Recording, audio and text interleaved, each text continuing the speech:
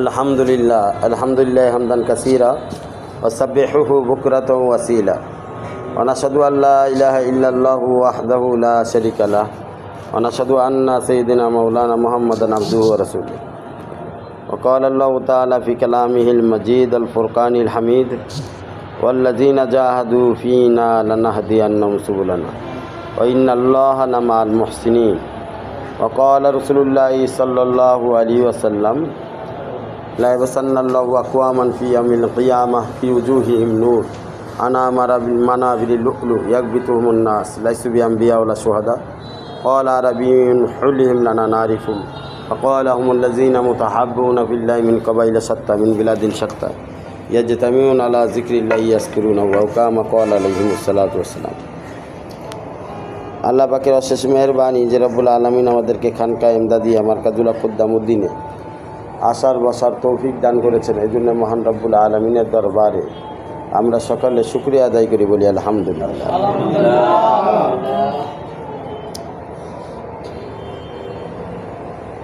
গত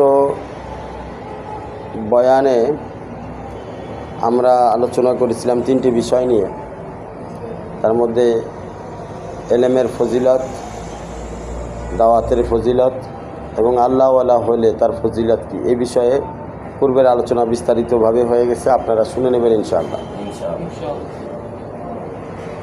আজকের আলোচনার প্রেক্ষাপট হচ্ছে হযরত আলী রাদিয়াল্লাহু তাআলা আনহু আল্লাহ রসুল সাল্লাল্লাহু আলাইহি সাল্লামকে জিজ্ঞেস করলেন যে আপনার সুন্নতগুলো কি কি।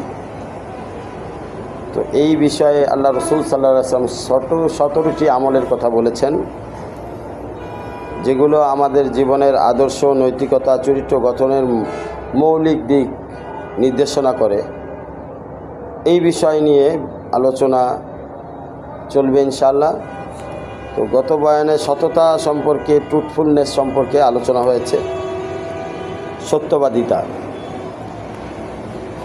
আল্লাহ রসুল সাল্লাল্লাহু আলাইহি সাল্লাম বলেছেন যে তোমরা সত্য কথা বলো, সত্য পথে চলো। সত্য বলা মানুষকে সৎ পথে নিয়ে চলে, সহিহ বুখারী। আল্লাহ পাক এই ব্যাপারে বলেছেন, ইয়া আইয়ুহাল্লাযীনা আমানুত্তাকুল্লাহ ওয়া কুলু কাওলান সাদীদা, যে হে ইমানদারগণ তোমরা তাকওয়া অর্জন করো এবং সত্য কথা বলো। তাহলে সত্য কথা তাকওয়া অর্জন করার অন্তর্ভুক্ত। যে কেউ যদি মুত্তাকী হতে চায় সে যেন নিজের জীবনের সততাকে বজায় রাখে, সত্যবাদিতাকে বজায় রাখে। এরপরে 2 নম্বর বিষয় হচ্ছে আল্লাহ রসুল সাল্লাল্লাহু আলাইহি ওয়াসাল্লাম বললেন আমানতদারি খুব বড় এবং একটা দামি বিষয়। ইসলামের আদর্শ অনুযায়ী একজন মুসলমানের যে সকল গুণ থাকা দরকার তার মধ্যে সর্বপ্রধান গুণ হচ্ছে আমানতদারিতা। আল্লাহ পাক এ ব্যাপারে সূরা আল মুমিনুনের মধ্যে 4 নম্বর আয়াতে বলেন, ওয়াল্লাযীনা হুম লিআমানাতিহিম ওয়া আহদিহিম রাউন। ইমানদারের গুণ সম্পর্কে আলোচনা করতে গিয়ে আমানতদারিতার বিষয়টা আল্লাহ পাক তুলে ধরেছেন, যে তোমাদের মধ্যে মুমিন বান্দার একটি বিশেষ গুণ হবে, যারা মুমিন হবে তাদের বিশেষ গুণ হচ্ছে তাদের কাছে যদি কোনো কিছু আমানত রাখা হয় তাহলে সে তার পরিপূর্ণভাবে হক আদায় করে, আমানতদারিতাকে রক্ষা করে। আল্লাহ রসুল সাল্লাল্লাহু আলাইহি সাল্লামের ইসলামের পূর্বে ওনার নাম আমিন উপাধি দেওয়া হয়েছে। উনি হিলফুল ফুজুল নামে একটি সংগঠন তৈরি করেছিলেন, যে সংগঠনের মাধ্যমে আল্লাহর বান্দাদেরকে বিভিন্নভাবে সহযোগিতা করা হতো এবং আল্লাহ রসুল সাল্লাল্লাহু আলাইহি সাল্লামের কাছে কাফের, মুশরিক সহ অন্যান্য যারা আছে তারা আল্লাহ রসুল সাল্লাল্লাহু আলাইহি সাল্লামের কাছে তাদের গুরুত্বপূর্ণ বিষয়গুলো, মাল সম্পদ ধন অনেক সময় আমানত রাখতেন। বিদায় হজের সময় আল্লাহ রসুল সাল্লাল্লাহু আলাইহি সাল্লাম আমানতদারিতাকে রক্ষা করার কথা বলেছেন। আল্লাহ রসুল সাল্লাল্লাহু আলাইহি সাল্লাম বলেছেন, যতক্ষণ পর্যন্ত তোমরা এই দুইটি জিনিস ধরে রাখবে তোমরা কখনো গোমরাহ হবে না, পথভ্রষ্ট হবে না। তার মধ্যে একটি জিনিস হচ্ছে আল্লাহ পাকের নাজিলকৃত ওহী আল কোরআন, আর দ্বিতীয় জিনিস হচ্ছে আল্লাহ রসুল সাল্লাল্লাহু আলাইহি সাল্লামের দেখিয়ে যাওয়া পথ এবং মত, যেটাকে সুন্নাহ বলা হয়। তো এই দুটি জিনিস কিয়ামত পর্যন্ত আনেওয়ালা সমস্ত উম্মতের কাছে আল্লাহ রসুল সাল্লাল্লাহু আলাইহি সাল্লাম আমানত দিয়েছেন। আল্লাহ পাকের পক্ষ থেকে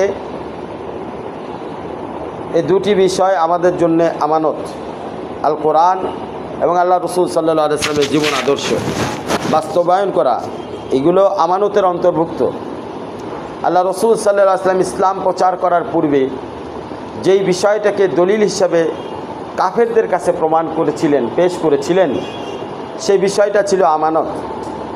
আল্লাহ রসুল সাল্লাল্লাহু আলাইহি সাল্লাম পাহাড়ের উপরে দাঁড়িয়ে যখন প্রথম ইসলামের দিক নির্দেশনা দেন, আল্লাহ পাকের পক্ষ থেকে ওহী নাজিল হয়েছিল, সেই ওহীর বার্তা পৌঁছান। তো পৌঁছানোর পূর্বে আল্লাহ রসুল সাল্লাল্লাহু আলাইহি সাল্লাম মক্কাবাসীদেরকে একত্রিত করে পাহাড়ের পাদদেশে বললেন যে আমি আপনাদের পরিচিত কিনা। সকলে এক বাক্যে আল্লাহ রসুলের পরিচয় তুলে ধরলেন যে তুমি তো আমানতদার, তুমি তো আমিন, তুমি যা বলো সত্য বলো, তোমার ব্যাপারে তো আমরা সবাই জানি। তখন আল্লাহ রসুল সাল্লাল্লাহু আলাইহি সাল্লাম বলেন, যদি আমি বলি যে পাহাড়ের পিছনে শত্রু আছে আর এই শত্রুরা তো আপনাদেরকে আক্রমণ করবে, তো তাহলে কি আপনারা আমার কথা মেনে নেবেন কিনা?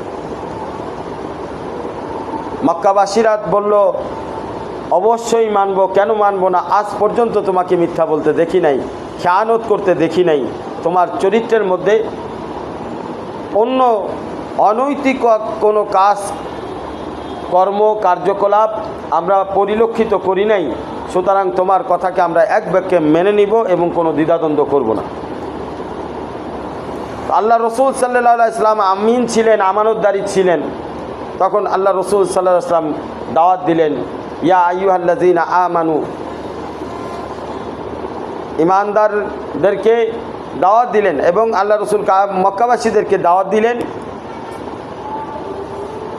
যে কুলু লা ইলাহা ইল্লাল্লাহ তুফলিহুন। মক্কাবাসীদেরকে আল্লাহ রসুল সাল্লাল্লাহু আলাইহি সাল্লাম বললেন, এক আল্লাহর দিকে দাওয়াত দিলেন, একত্ববাদের দিকে দাওয়াত দিলেন, ওয়াহদানিয়াতের দিকে দাওয়াত দিলেন, তৌহিদের দিকে দাওয়াত দিলেন, আল্লাহর বারত্বের দিকে দাওয়াত দিলেন, আল্লাহর মহত্বের দিকে দাওয়াত দিলেন, আল্লাহর রহিমিয়াত দয়ার দিকে দাওয়াত দিলেন, আল্লাহর ভালোবাসার দিকে দাওয়াত দিলেন, আল্লাহর দিকে আহ্বান করলেন। তো দাওয়াতের মূল লক্ষ্য এবং উদ্দেশ্য হচ্ছে আল্লাহ পাক, কিন্তু এই লক্ষ্য এবং উদ্দেশ্য তার দ্বারা পরিপূর্ণ হবে যে আমানতদার হবে, যে আমিন হবে, সত্যবাদী হবে। তার দ্বারা আল্লাহর লক্ষ্য বস্তু বাস্তবায়ন হবে। যদি কোনো বান্দা আমানতদার না হয়, আমিন না হয়, তো সে তো নিজের ব্যাপারেই খেয়ানত করবে, সে আল্লাহ পাকের ব্যাপারে আমানত কি বহন করবে? তার দ্বারা আমানতের কাজ হবে না, সে আমানতের কাজ বহন করতে পারবে না। রসুলুল্লাহ সাল্লাল্লাহু আলাইহি সাল্লাম এর কাছে হযরত আলী রাদিয়াল্লাহু তাআলা আনহু যখন প্রশ্ন করেছিলেন, হযরত আলী রাদিয়াল্লাহু তাআলা আনহু কি প্রশ্ন করেছিলেন, আপনার সুন্নত সমূহ কি? তখন আল্লাহ রসুল সাল্লাল্লাহু আলাইহি সাল্লাম বললেন 17টি আমলের কথা। তাহলে এই 17টি আমল হচ্ছে আল্লাহ রসুলের সুন্নতের অন্তর্ভুক্ত। তাহলে আমরা কি বুঝবো? রসুলুল্লাহ সাল্লাল্লাহু আলাইহি সাল্লামের সুন্নত শুধু দাড়ি টুপি আর লম্বা কুর্তা পরা নয়, শুধু নামাজ কালাম রোজা হজ জাকাতের সুন্নতগুলো পালন করা নয়, এর সাথে সাথে এগুলো তো পালন করতেই হবে, এর সাথে সাথে সততাও আল্লাহ রসুল সাল্লাল্লাহু আলাইহি সাল্লামের একটি সুন্নতের অন্তর্ভুক্ত। আমানতদারিটাও আল্লাহ রসুল সাল্লাল্লাহু আলাইহি সাল্লামের একটি সুন্নতের অন্তর্ভুক্ত। তৃতীয় নম্বর, আল্লাহ রসুল সাল্লাল্লাহু আলাইহি সাল্লাম বললেন, দরিদ্রের সাথে সহানুভূতিশীল হওয়া, কম্পামিশন টুয়ার্ডস দ্য পোর, দরিদ্রের সাথে সহানুভূতি, দয়া দেখানো, যে তার ভাইয়ের জন্যে ওই সকল জিনিস ভালোবাসে না যেটা সে নিজের জন্য ভালোবাসে, সে কখনো ইমানদার হতে পারবে না। মুসলিম শরীফের মধ্যে উল্লেখ রয়েছে এই হাদিসটি। আন আবি হুরায়রা রাদিয়াল্লাহু তাআলা আনহু قال رسول الله صلى الله عليه وسلم لا يؤمن أحدكم حتى يحب لأخيه ما يحب لنفسه। সহিহ মুসলিমের মধ্যে আল্লাহ রসুল সাল্লাল্লাহু আলাইহি সাল্লামের সাহাবী হযরত আবু হুরায়রা রাদিয়াল্লাহু তাআলা আনহু থেকে বর্ণিত, তিনি রাসূলুল্লাহ সাল্লাল্লাহু আলাইহি সাল্লাম থেকে শুনেন যে আল্লাহ রসুল বলেন যে তোমাদের মধ্যে সে ততক্ষণ পর্যন্ত মুমিন হতে পারবে না, পরিপূর্ণ কামেল ইমানদার হতে পারবে না। তো যে বিষয়ে আলোচনা চলতেছিল সেটা হচ্ছে আমানতদারিতা এবং গরিবদের উপরে দয়া করা। আপনি যদি আল্লাহর প্রিয় বান্দা হতে চান তাহলে আপনার জন্য যেটা জরুরি সেটা হচ্ছে আল্লাহর প্রিয় বান্দাদের সাথে সম্পর্ক রাখেন এবং আল্লাহর প্রিয় বান্দা যারা মুমিন মুমিনাত আছে, যারা অসহায় আছে, তাদেরকে সহযোগিতা করে, তাদের দিকে দিনের কাজে সহযোগিতা করে, কোরআনের কাজে সহযোগিতা করে, আল্লাহ রসুলের কাজে সহযোগিতা করে, নামাজ রোজায় সহযোগিতা করেন। ও তাআওয়ানু আলাল বিররি ওয়াল তাকওয়া। আপনি একজন আরেকজনকে তাকওয়া এবং ভালো কাজের জন্য উদ্বুদ্ধ করার জন্য আল্লাহ পাক বলেছেন। এটা হচ্ছে সর্বোচ্চ দয়া, সর্বোচ্চ ভালোবাসা। একজন মুসলমান আরেকজন মুসলমানের 5টা হক রয়েছে। আমরা যে সালাম দিই যখন কোনো মুসলমান ভাইকে, আসসালামু আলাইকুম ওয়া রাহমাতুল্লাহি ওয়া বারাকাতুহু, সুন্দরভাবে পরিপূর্ণ উচ্চারণ করে সালাম দেওয়া ওয়াজিব। সালামের সুন্নতকে ফলো করা, উচ্চারণ সহকারে সালাম দিতে হবে। সালামের উত্তর দেওয়া ওয়াজিব, কারণ মুসলমানকে ভালোর জন্যে নেক কাজের দিকে উদ্বুদ্ধ যেমন করবে তার জন্য দোয়াও করবে। তো এই সালামের 5টি হক। একজন আরেকজনের যখন সালাম দিবে আপনার উপরে শান্তি বর্ষিত হোক, এর অর্থ শুধু দোয়া নয়, এর অর্থ হচ্ছে আমি আপনার ব্যাপারে সব কিছুতে প্রস্তুত। আপনি যদি অসুস্থ হন, আপনার সুস্থতা বিষয়ে আমার কাছে কোনো সহযোগিতা যদি আপনি চান, আমি সহযোগিতা করব। আপনি বিপদে পড়লে আপনার বিপদকে উদ্ধার করার জন্য আমি আপনার সাথে এক হয়ে দাঁড়াবো, যাতে আপনি বিপদ মুক্ত জীবন অনুভব করেন। আপনি যদি ক্ষুধার্ত হন, আপনার ক্ষুধা নিবারণের আমি সম্পূর্ণভাবে চেষ্টা করব। আপনি যদি বস্ত্রহীন হন, আপনার বস্ত্রর বিষয়ে আমি সর্বপ্রথম চেষ্টা করব এবং সর্বদা চেষ্টায় থাকব। এবং আপনার যদি বাসস্থান না থাকে সেই ব্যাপারেও আমি আপনাকে সহযোগিতা করব। এই হলো একটা মুসলমান মুমিন বান্দা আরেক মুমিন বান্দার হক। আমরা কয়জনই জানি আরবদের মধ্যে যদি তারা খাবারের মধ্যে বসে আর আপনি যদি যাওয়ার পথে দেখেন খাবার খাচ্ছে আর এই সময় যদি সালাম দেন, এর অর্থ 2টা। আরবরা বুঝবে আপনি কোনো বিপদগ্রস্ত, এই কারণে সালাম দিছেন। আপনি কোনো বিপদের মধ্যে পড়েছেন, হয়তোবা আপনি ক্ষুধার্ত, এই কারণে সালাম দিয়েছেন। তারা সাথে সাথে ওয়া আলাইকুমুস সালাম ও রাহমাতুল্লাহি ওয়া বারাকাতুহু বলে বলবে, তাল ইয়া আখি তাল তাফাদ্দাল, সাথে সাথে বলবে, 1 সেকেন্ড দেরি করবে না। যদি খাবারের সময় তাদেরকে সালাম দেন, সালামের উত্তর তো দিবেই এবং সাথে সাথে আপনাকে খাবারে বসার জন্য আহ্বান করবে। তো সালামের অনেক ব্যাখ্যা রয়েছে। এই জন্য সালামের কিছু সুন্নত রয়েছে। যিনি বোঝা বহন করেন তিনি অন্যকে সালাম দিবেন না, যিনি বোঝা বহন করেন না তিনি তাকে সালাম দিবেন। এর অর্থ বোঝা বহনকারী বুঝবে যে হয়তোবা আপনি আমার সাথে শেয়ার করতে চান বোঝা বহন করার ক্ষেত্রে। একটা মুরব্বী মানুষ চলতে পারতেছে না, এই অবস্থায় আপনি যখন সালাম দিবেন তো ওই মুরব্বী বুঝবে যে আমি যে চলতে পারতেছি না, উনি আমাকে সাহায্য করতে যাচ্ছে। এর অর্থ সালামের এই অর্থ। আমরা সালাম দ্বারা কি বুঝি? ওয়ালাইকুম আসসালাম বলতে হবে, এটা ওয়াজিব। সালাম যিনি দিচ্ছেন 90 নেকি পাবে, আর আমি সালামের উত্তর দিব, আমি পাবো 10 নেকি। আমরা সালাম দ্বারা এতটুকুই বুঝি, কিন্তু সালামের পরিপূর্ণ ব্যাখ্যা আমাদের সামনে পেশ করা হয় না। একটা মানুষ বিপদের মুহূর্তে তাকে যখন আপনি সালাম দিবেন, তখন সে ধরেই নিবে যে আপনি তাকে সহযোগিতা করতে চান। একজন মানুষ অসুস্থ, তাকে যখন আপনি সালাম দিবেন, সে ধরেই নিবে আপনি তাকে সেবা করতে চান। সুতরাং সালামের উত্তর যদি তিনি দিয়ে আপনাকে বলে যে আমি অসুস্থ, তো আপনার উপরে ওয়াজিব হয়ে যাবে তার সেবা করা। এটাকে বলে ওয়াজিব। সালামের জবাব দেওয়া এটাকে বলে ওয়াজিব। অর্থাৎ আপনি সালাম যাকে দিয়েছেন, সালাম দেওয়ার সাথে সাথে ওই মুমিন, ওই মুসলমানের উপরে দায়িত্ব এসে গেছে আপনার সাহায্য এবং সহযোগিতা করা। আপনি যদি না করেন তাহলে ওয়াজিব তরক করবেন। ওয়াজিবের অর্থ শুধুমাত্র উত্তর দেওয়া নয়, উত্তর দেওয়ার সাথে সাথে তার সহযোগিতা করা। আমাদের সমাজে এখনও এই নিয়ম কিছুটা হলেও প্রচলিত আছে, বিশাল আকারে প্রচলিত নাই, সামান্য কিছু প্রচলিত আছে। সেটা কেমন? যেমন আমরা অনেকে বলি যে রোহানকে আমার সালাম দিও। এর অর্থ যখন শুনবে যে হজরতওয়ালা রোহানকে সালাম দিছে, রোহান 100% বুঝে নিবে যে হজরতওয়ালা আমার ডাকতেছে। তো এখানে রোহানের উপরে ওয়াজিব কি? রোহান যদি সালামের জবাব দেয়, তার মানে আমি বুঝে নিব রোহান আসতেছে। আমি বুঝে নিব কি রোহান আসতেছে, এর বেশি কিছু লাগবে না।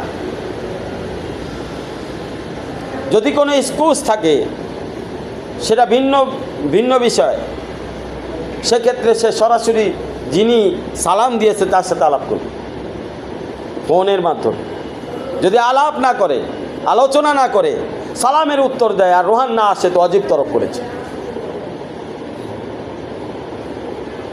কারণ সালামের হক হলো একটা মুমিন আর এক মুমিনের সহযোগিতা করা, এটা সালামের হক।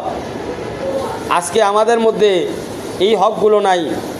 এজন্য রাসূলুল্লাহ সাল্লাল্লাহু আলাইহি সাল্লাম বলেছেন, লা ইউমিনু আহাদুকুম, তোমাদের মধ্যেও সে কখনোই ঈমানদার হিসাবে নিজেকে গণ্য করতে পারবে না, হাত্তা ইউহিব্বু লি আখিহি মা ইউহিব্বু লি নাফসি,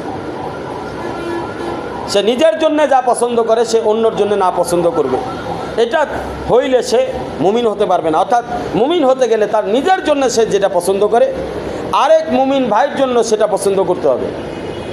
যেমন আপনি যদি আমাকে সালাম দেন, আপনি যদি এটা পছন্দ করেন যে হযরতওয়ালাকে সালাম দিছি, হযরতওয়ালা আমার সালামের উত্তর দিক, এবং আমি যেটা চাচ্ছি হযরতওয়ালা সেটা পুরা করে দেখ, এটা যদি আপনার ইচ্ছা থাকে, তো আপনার ক্ষেত্রেও আরেকজন সালাম দিলে আপনাকেও তা পুরা করতে হবে।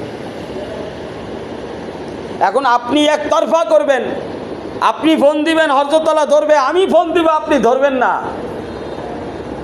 তাহলে আপনি হক আদায় করেন নাই। আপনার সমস্যার সময় আপনি হযরতওয়ালাকে বলবেন, হযরতওয়ালা কোনো বিষয়ে তাকাজা আপনারে পেশ করলে আপনারে খুঁজে পাওয়া যাবে না, আপনি হক আদায় করেন না, এখনও মুমিন হতে পারেন নাই। মুমিনের লেবাস আছে, কিন্তু মুমিনের চরিত্র আপনি এখনও লাভ করতে পারেন না, অর্জন করতে পারেন না। মুমিনের চরিত্র কি হবে? মুমিনের জন্য কাল বুনিয়ানিন মারসুস, এক খাতার মতো, সেলাই করা খাতা, সেলাই করা গেঞ্জি, বুনিয়ান গেঞ্জির মতো। গেঞ্জি এমন একটা জিনিস, সেটা রবারের মতো, ছোট বড় হইলেও এটা সবার শরীরে লাগে। কি কথা বলে, লাগে কি না? মাপ যেমনই হোক তারপরেও লাগবে। তো কাল বুনিয়ানিন মারসুস এর অর্থ হচ্ছে গেঞ্জির মতো। গেঞ্জিটা শরীরের সাথে লেগে থাকে, শরীরের সাথে যেই জিনিস লেগে থাকে সেটা কিন্তু বেশি আরামদায়ক হয়, বেশি মহব্বতের হয়। মাঝে মাঝে আমরা জামা খুলে ফেলি কিন্তু গেঞ্জি খুলি না, কারণ এটা বেশি আরামদায়ক, সফটনেস বেশি, এবং এটা আমরা কিন্তু সবসময় পরে থাকাটাকে আনন্দ করি। তো মুমিনের জন্য এরকম সফটনেস হবে, আরামদায়ক হবে। আর আজকে আমাদের সমাজের অবস্থা কি, আমরা একজনকে দেখলে আরেকজন কোন রাস্তা দিয়ে পলাবো সেটা রাস্তাকে খুঁজি। তো আইলেই তো প্রথমে আমার কাছে চাইবো, আইলেই তো সালাম দিব, পরে বিভিন্ন সমস্যার কথা বলবো। এখন ওর থেকে কেমনে বাঁচা যায়, এই রাস্তা খুঁজি, কীভাবে ওরে না দিয়া পারা যায়, কীভাবে ওরটা ধোকা দিয়া খাওয়া যায়, কিভাবে ওকে আবার আরও কিছু লোক আছে মুমিন বান্দা নামে পরিচিত লেবাসদারি, এরা কি করে ধোকাবাজির আশ্রয় নেয়। দেখা গেছে বিভিন্ন লোভ লালসা দিয়া আল্লাহ তাল্লা কয়ে আল্লাহর কসম টসম কয়ে মাল 2 নম্বর বিক্রি করছে। বিক্রি করার পরে এখন তো মাল ভেজাল বার হয়েছে, এখন তো আসছে ফেরত দেওয়ার জন্য, এখন পলায় বেড়ায়। তো মাল ফেরত নিলে তো লস, এখন পলায় বেড়ায় লস। এটা কিভাবে, এ তো লস করা যাবে না। আমি খুবই দুঃখের সাথে বলতে চাই, নাম বলবো না, কেউ একজন কোনো একটা জিনিস তার বিক্রি করা দরকার, কারণ ওই জিনিসটা নষ্ট হয়ে গেছে। কিন্তু ওইটা নষ্ট হয়েছে কীরকম, আমাদের মধ্যেই একজন নষ্ট হয়েছে কীভাবে, ওইটা দেখা গেছে যে এমনভাবে নষ্ট হয়েছে, ওর মধ্যে একটা দাগ উঠে, কিন্তু এটা 3 ঘন্টা পর আবার ঠিক হয়ে, 3 ঘন্টা পর দাগ উঠে, 3 ঘন্টা ঠিক থাকে, 3 ঘন্টা পর দাগ উঠে।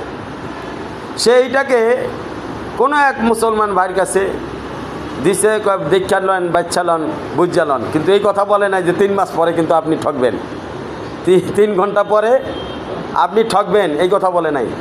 এটা না বলে সে এই জিনিসটাকে ভালো দামে বিক্রি করছে, এবং সেই বিষয়টা আইসা আমাকে বলতেছে। তো আমি একবার নিজের দিক তাকাই, একবার তার চেহারার দিক তাকাই। এখন চিন্তা করি, যদি আমি সত্যটা বলি তো মন খারাপ করবে। যাই হোক, সেই যোগ্যতা তৈরি হয় নাই। ভাই, আমাদের এই যোগ্যতা বানাইতে হবে। ঠকলে নিজে ঠকান, আপনি মানুষকে কেন ঠকাবেন? আপনি জানেন যে আপনি ঠকাইলে আপনাকে ঠকতে হবে, কারণ একটা হিসাব তো আপনার, আরেকটা হিসাব আল্লাহর। আল্লাহ আপনি কী বলতেছে কোরআনের মধ্যে, ওয়া মান ইয়া'মাল মিসকালা যাররাতিন শাররান ইয়ারা। আল্লাহ বলতেছে সামান্য জাররা যদি সাররা হয়, জাররা যদি সাররা হয়, মানে জাররা বরাবর যদি আপনি অন্যায় করেন, এটার হিসাব আল্লাহ নেবে। তার মানে কি, এটা ঘুরে আসবে আপনার কাছে। যদি আল্লাহ পাক আপনাকে আখিরাতে মাফ করতে চায়, তাহলে আপনি যে জাররা বরাবর পাপ করেছেন, এটা দুনিয়াতে পরিশোধ করে নিয়ে যাবে। তার মানে দুনিয়াতে আপনাকে ভুগতে হবে ওই জাররার কারণে। আর ইল্লা মাশা আল্লাহ, যদি কোনো বান্দা তওবা করে খালেস এবং আল্লাহর কাছে ক্ষমা চায়, সাথে সাথে যেই বান্দাকে ঠকাইছে তার কাছেও ক্ষমা চায়, তাহলে আল্লাহ পাক মাফ করে দিতে পারে। হ্যাঁ, যাররা পরিমাণ অন্যায় করলে সেটার বিচার হবে। এর অর্থ এটাও দাঁড়ায় কিন্তু যে আপনি যে ধোঁকাবাজির আশ্রয় নিতেছি, এটা পরিশোধ করে দিতে হবে। বিল হোটেলওয়ালাকে পরিশোধ করে দিতে। তো সুতরাং আমি যদি ধোঁকাবাজির আশ্রয় না নিই, তাহলে আল্লাহ পাক আমাকে ধোঁকাবাজি থেকে হেফাজত করবে। আর যদিও কেউ ধোঁকাবাজি করে, তাহলে আপনি মনে রাখবেন যে আল্লাহ পাক নিজ গুণে সে বিল পরিশোধ করবে, আপনার বিল আপনাকে পৌঁছায় দেবে। সেটা আল্লাহ পাকের মহত্ব এবং বড়ত্ব অবশ্যই আপনাকে পৌঁছায় দেবে, যদি আপনি আল্লাহর ভয়ে, আল্লাহকে ভালোবেসে তাকওয়া অর্জন করার উদ্দেশ্যে আপনি যদি আমানতদারিতা ঠিক রাখেন, তাহলে আল্লাহ পাক আপনারও আমানতদারিতা ঠিক রাখবে। আপনি যদি প্রতিবেশীর হক আদায় করেন, আপনি যদি দরিদ্রদের উপরে সহানুভূতি করেন, তাহলে আপনার উপরেও সহানুভূতি করা হবে।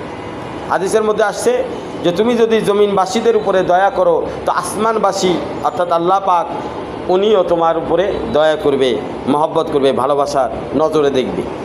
এরপরে 4 নম্বর বিষয় হচ্ছে প্রতিবেশীর হক। আল্লাহ রসুল সাল্লাল্লাহু আলাইহি ওয়াসাল্লাম বললেন, 4 নম্বর সুন্নত আমার প্রতিবেশীর হক।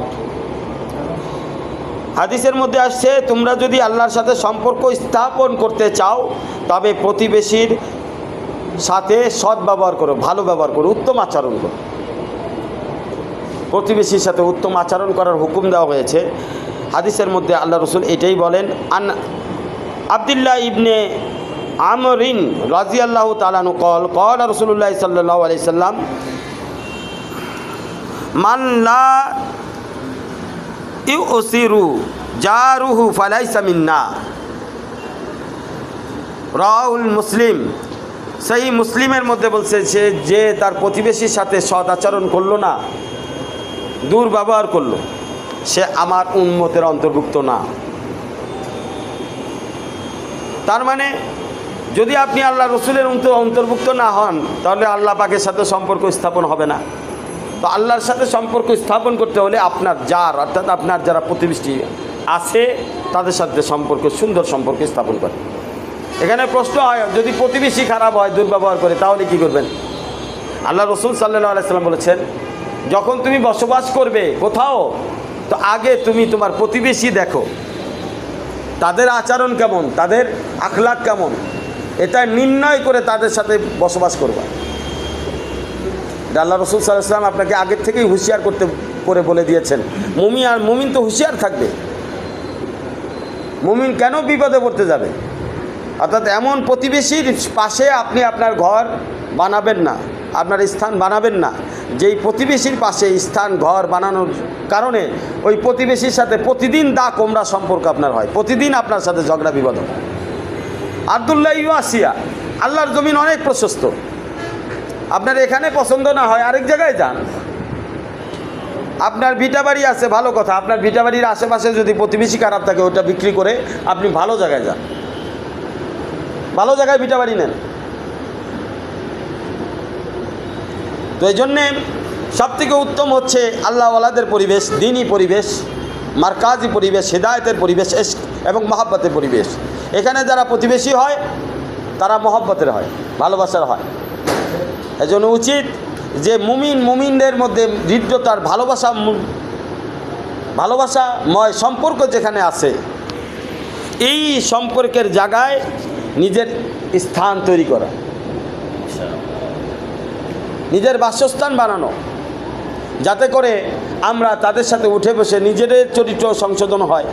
আমাদের আনেওয়ালা যে সন্তান হবে তারাও তাদের দ্বারা প্রতিফলিত হবে, তারাও তাদের দ্বারা উত্তম আখলাক এবং ন্যায়সঙ্গত বিচার তারা পাবে।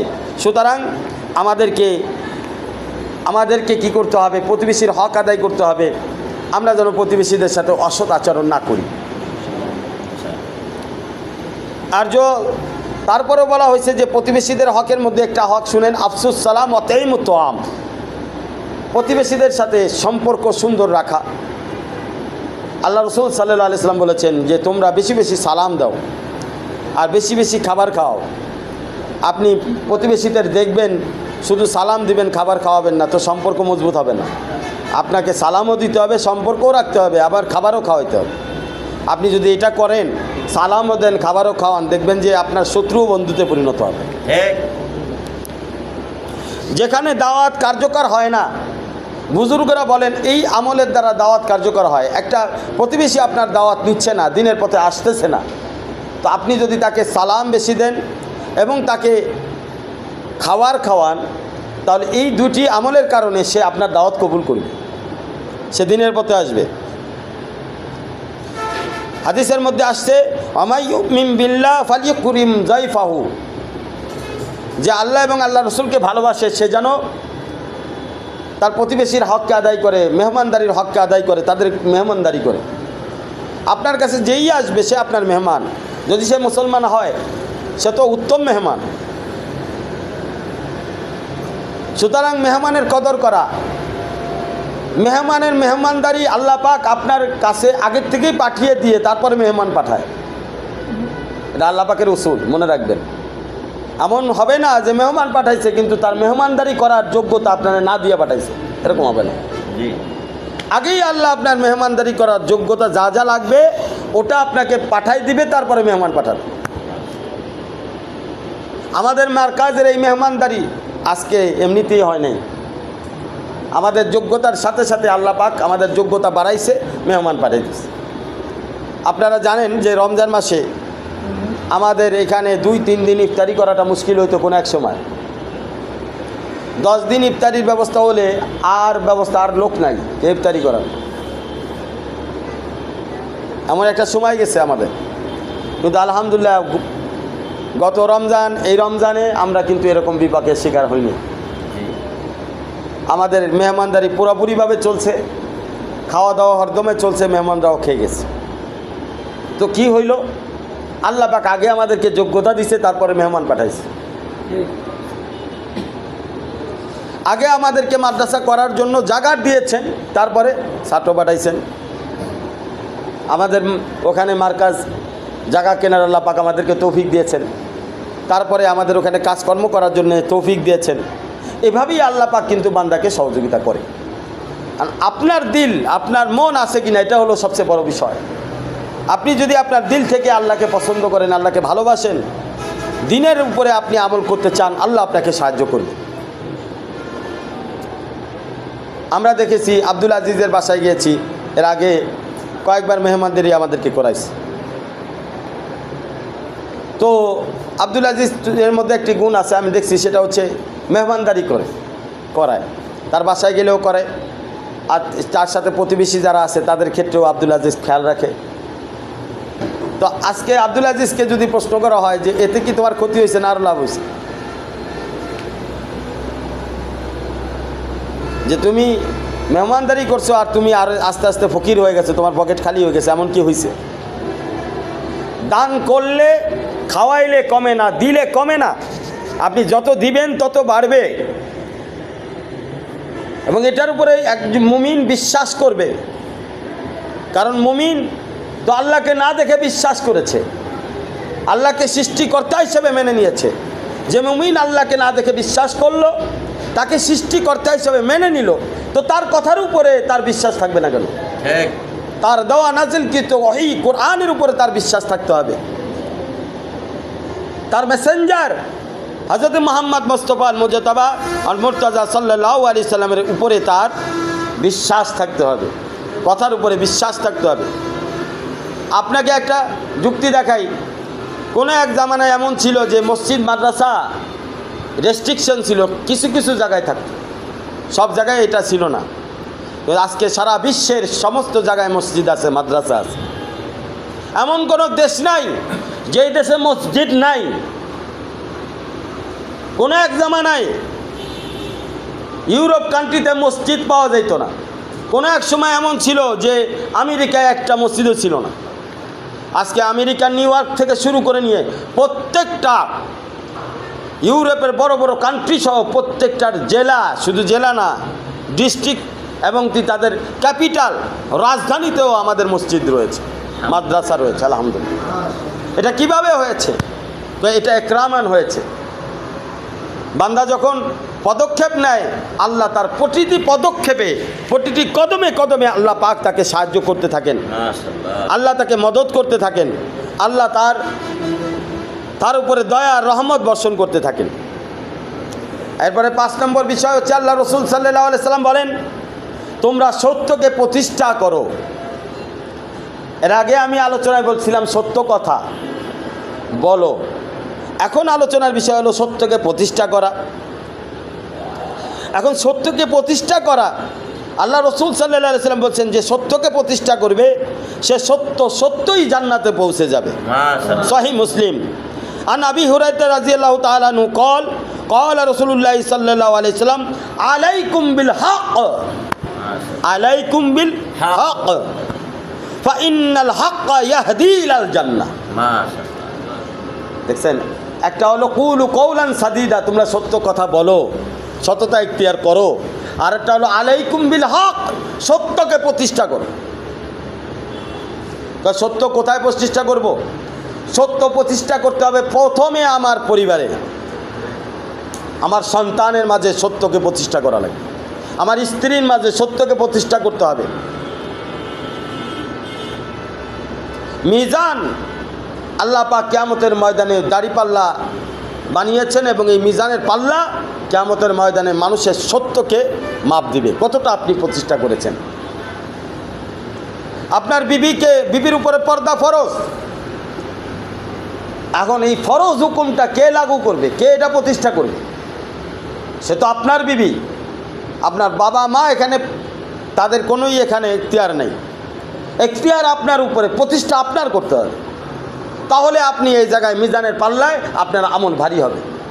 আপনার সন্তানদের ব্যাপারেও যেহেতু এখতিয়ার আপনার সন্তান আপনাকে বাবা বলে, সুতরাং আপনার সন্তানদেরকে সত্যবাদী বানানো এবং সত্যর উপরে প্রতিষ্ঠা রাখা এবং তাদেরকে সত্যর উপরে চালানো, এটা আপনার দায়িত্ব। একটা মেয়ে, যার ঘরে একটা মেয়ে সে একটা জান্নাত পাবে, যার ঘরে দুইটা মেয়ে সে দুইটা জান্নাত পাবে, যার ঘরে ছেলে এই ছেলেকে সদকায়ে জারিয়া বানাবে তো কিয়ামত পর্যন্ত সে সদকার সওয়াব পেতে থাকবে। এখন আপনি তো শুনলেন হাদিস, দুইটা জান্নাত পেয়ে গেছেন, মনে মনে খুব খুশি। কোথায় ধরা খাবেন জানেন কি? সত্য প্রতিষ্ঠা করছেন কি করেন নাই, এখানে আপনি ধরাটা খাবেন। অর্থাৎ আপনার মেয়ের ব্যাপারে হক কি ছিল? এই যে কি বললাম আলাইকুম বিল হক, সেই হকের কথাই আসতেছে। হক কি ছিল? আল্লাহ কেন আপনাকে মেয়ে আমানত হয়ে খুশি হয়ে আল্লাহ আপনার ঘরে আপনার চাঁদ কপালি একটা সূর্যের মতো মেয়ে দান করেছে। প্রত্যেক বাবা মার কাছে তার ছেলে মেয়ে হচ্ছে রাজ আর রানী, রাজকন্যা,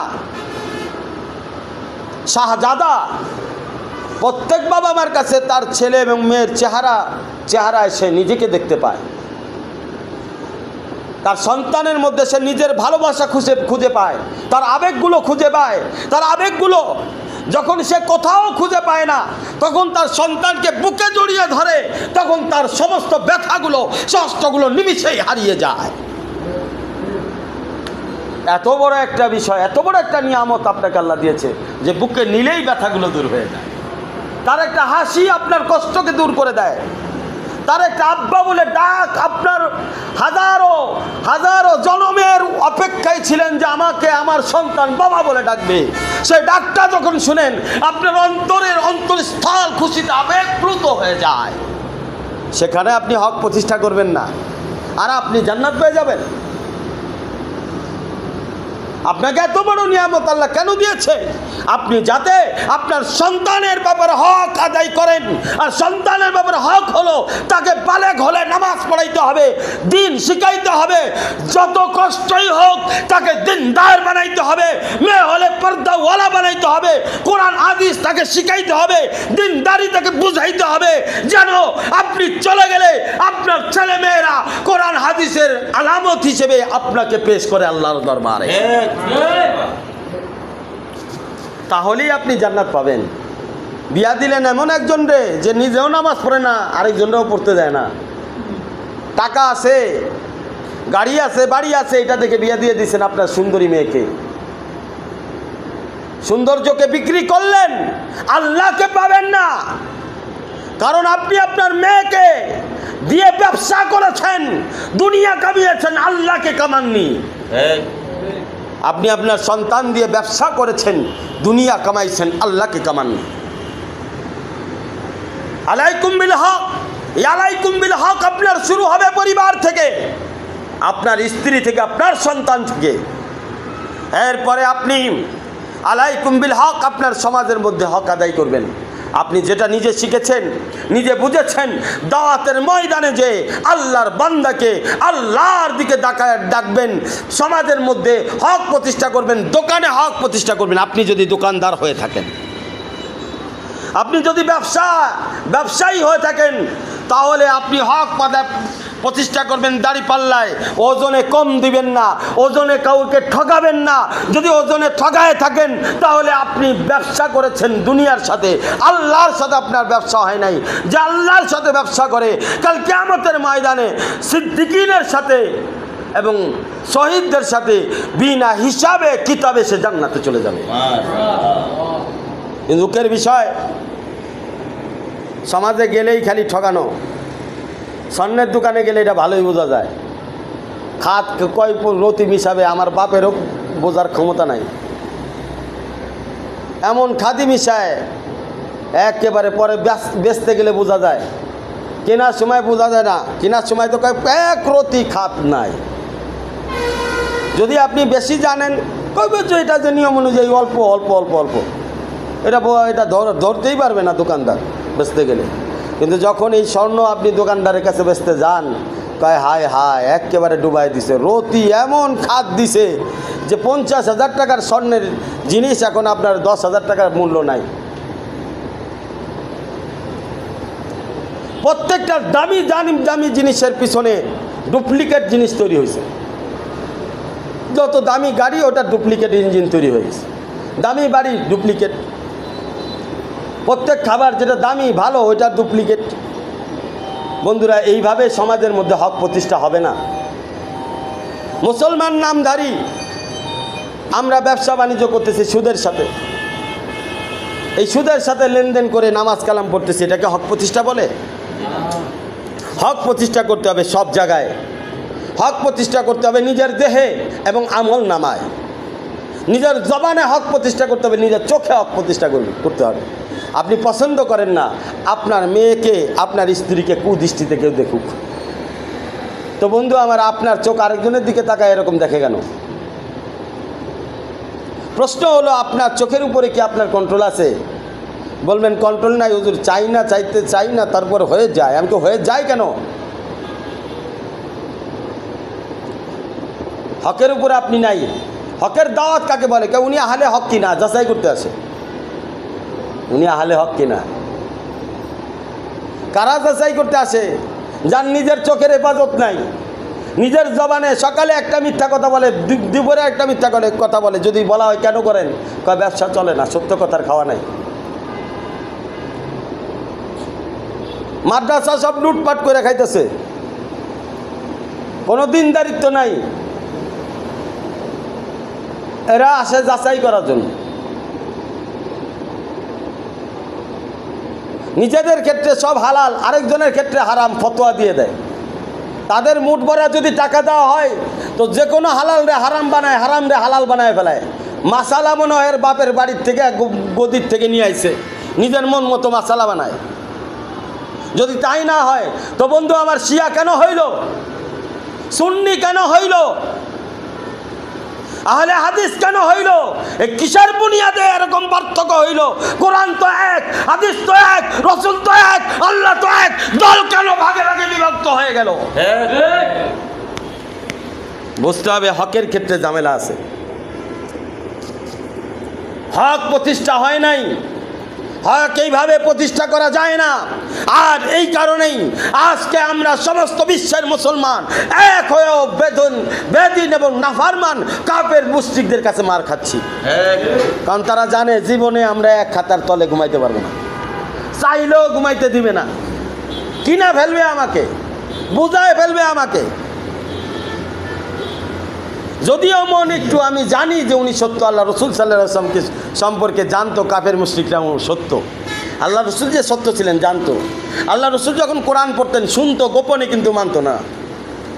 তার মধ্যে তার আপন চাচা আবু তালেবও অন্তর্ভুক্ত, যে সবসময় কোলে পিঠে নিছে, কোলে পিঠে তাকে লালন পালন করেছে, কিন্তু হক বুঝে নাই।